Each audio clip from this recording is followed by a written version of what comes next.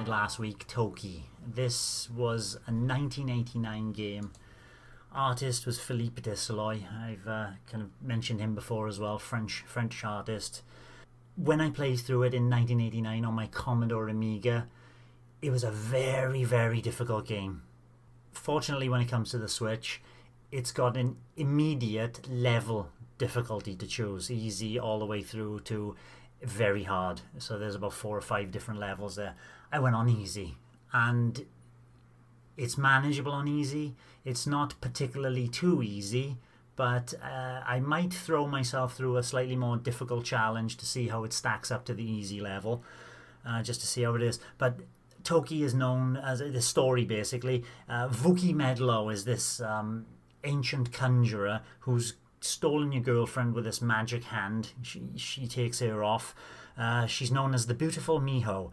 Transforms our hero Toki into an ape who is capable. This is a damn oversight by Vuki Medlo here. Big mistake, Vuki. He makes you capable of shooting out projectiles from your mouth, which turns this rather chunky graphics. So with the remaster, they've done it 16:9, so it fills the screen. I was quite skeptical it was only going to be the 4:3 that the old Commodore Amiga was, but this is the full widescreen. And even with those chunky graphics and Toki taking up quite a bit of space because of the elongated screen architecture and what you can see on the screen, it fits well on the screen, and you've got enough visibility of what's coming behind you or in front of you to sort it out. So it basically plays like a very slow-moving run-and-gun game. The animation is fantastic. It's all been done to HD visuals. So this game now looks like I remember it. If I went back to the Commodore Amiga, obviously it wouldn't look this good. I'm quite sure. But due to its cartoony style, it is visually striking as well, I think. But there are 2 buttons. You use your left stick to move around, left and right, and Toki plods. He's quite a slow mover. And then you've got a jump button on B, and A button is shoot. And there's no auto shoot, so every time you shoot, you just shoot out one projectile. So you're mashing the A button a lot. Jumping, fortunately, as I'm playing through it, jumping is excellent in this game.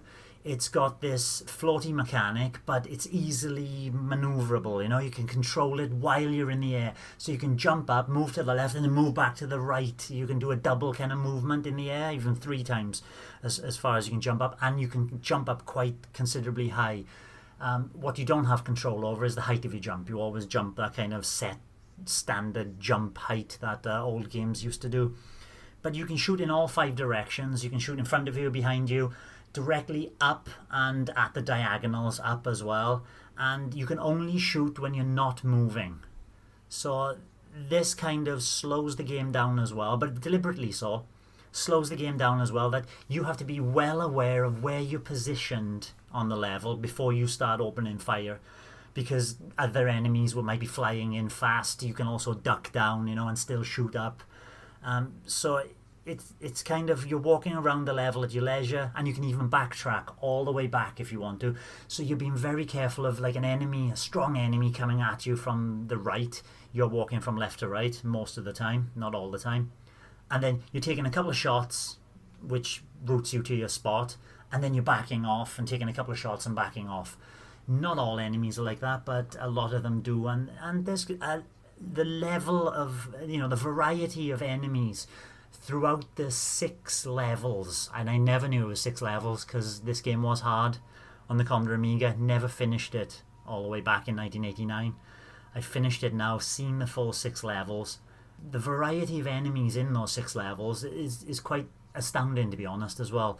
There's a variety as well in the style of level. You've got your typical ice level and volcano level, jungle level, but they don't affect your movement of Toki on the stage. So the ice level, there's no sliding involved.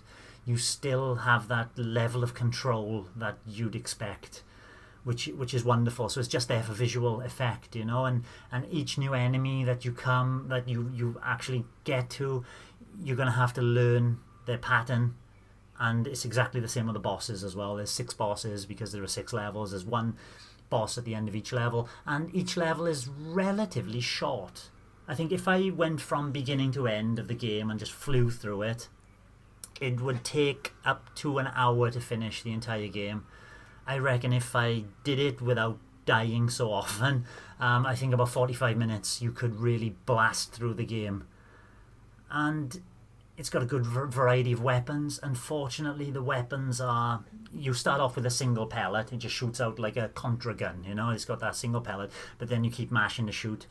But it's got pickups, basically. You just pick them up. There's a box with a picture on it, and there are certain weapons like a 2 oscillating weapon, which looks like a double helix while it's being fired. You know, the top one drops down, the top one, and the bottom one goes up. So it kind of basically makes your single shot a little bit wider.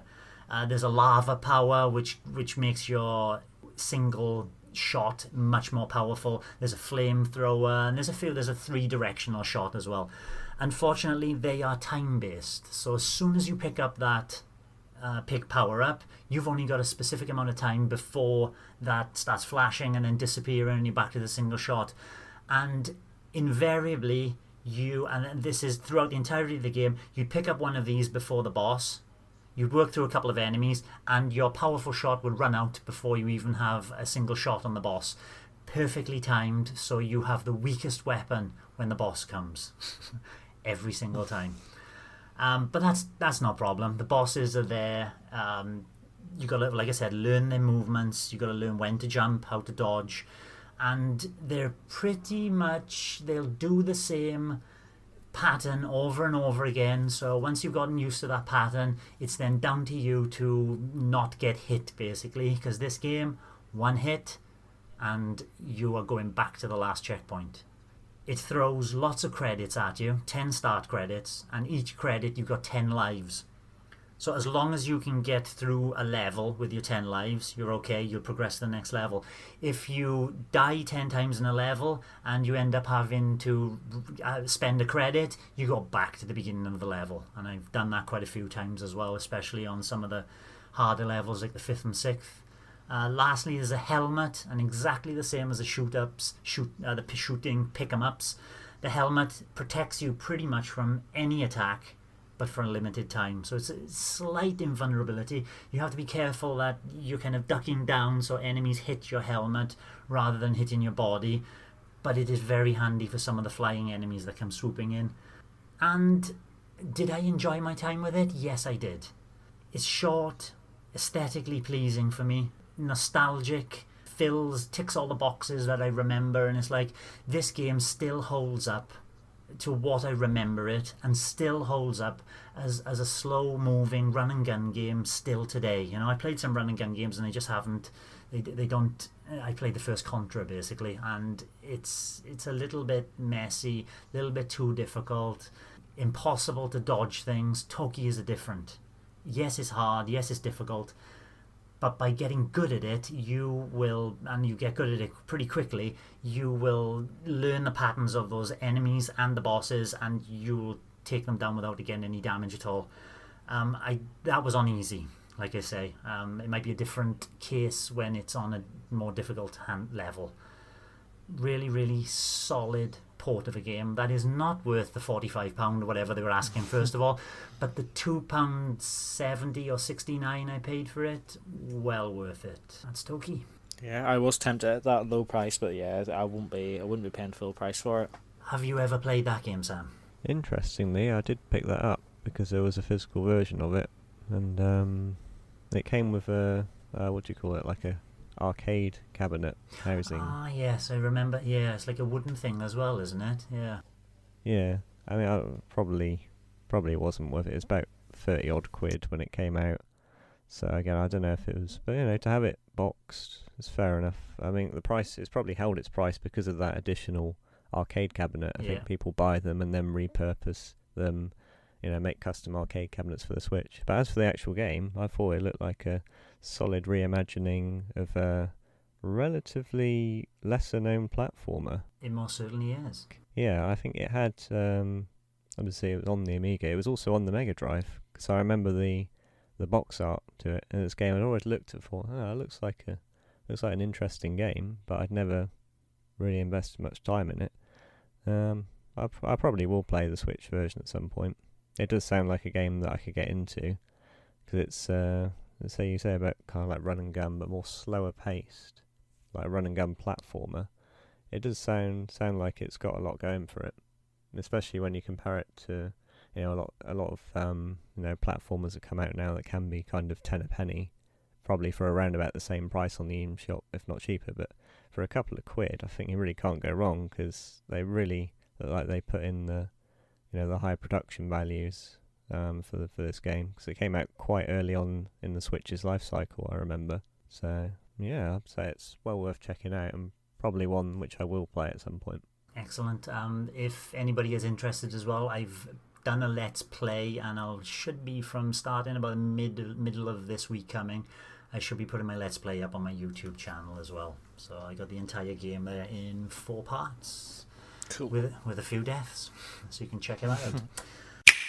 Thanks for watching, and don't forget to hit the subscribe button and give us a like if you've enjoyed our content. You can also check out our other great content on Twitter, Facebook, Instagram, and the N-E Café podcast from all good podcast providers. Just follow the links in the description below.